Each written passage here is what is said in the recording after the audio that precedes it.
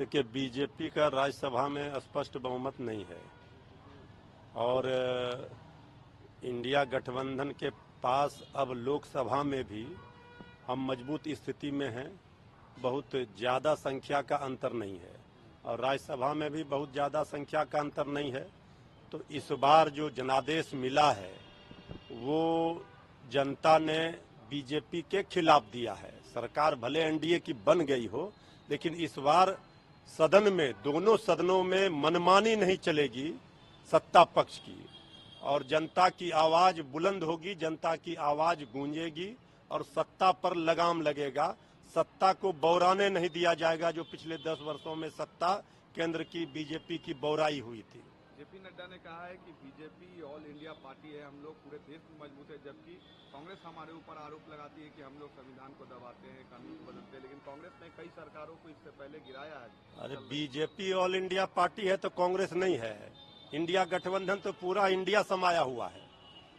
तो आदरणीय नड्डा जी, बीजेपी का तो अभी भी दक्षिण में क्या है, बीजेपी आज 10-15 वर्षों से देश में शासन में है। कांग्रेस पार्टी ने 60 वर्षों शासन किया है।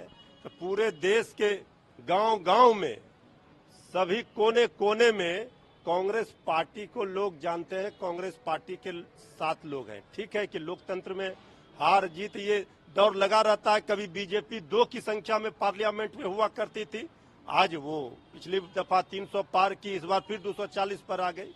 तो ये कहना गलत है, क्योंकि इंडिया गठबंधन बीजेपी से ज्यादा मजबूत है। कांग्रेस पार्टी सबसे देश की पुरानी पार्टी है। ट्विटर पर नरेंद्र मोदी के 10 करोड़ फॉलोअर हो गए हैं, जो कि सबसे अधिक पूरी दुनिया में बताया जा रहा है। देखिए, ट्विटर पर तो फॉलोअर उनका रहेगा ही, धरती पर, जमीन पर उनका फॉलोअर घट गया। इस चुनाव में दिखा, 300 से आ गए 240 पर। तो ट्विटर पर उनका फॉलोअर भले बढ़ जाए, लेकिन धरातल पर, जमीन पर उनके फॉलोअर में कमी आई है। उनको चाहने वाले उनका साथ छोड़ रहे हैं। बाबा, पटना में हत्याएं देखने को मिल रहा है और आज सुबह 2 बच्चों की लाश मिली है बेउर थाना इलाके में। नहीं, देखिए, ये बहुत ही दुखद है।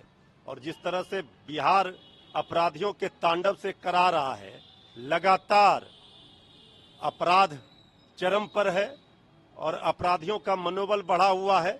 डबल इंजन की सरकार में बैठे लोग जो राग अलाप रहे हैं सुशासन का, वो बताना चाहिए कि एक इंजन अपराध की ओर, एक इंजन भ्रष्टाचार की ओर बढ़ा हुआ है। रोज पुल गिरने का मामला सामने आ रहा है। तो इस पर तो बोलना चाहिए। सुशासन में जो लोग कह रहे हैं कि ये सुशासन है, तेजस्वी यादव जी लगातार बिहार में आपराधिक घटनाओं पर सवाल खड़े कर रहे हैं।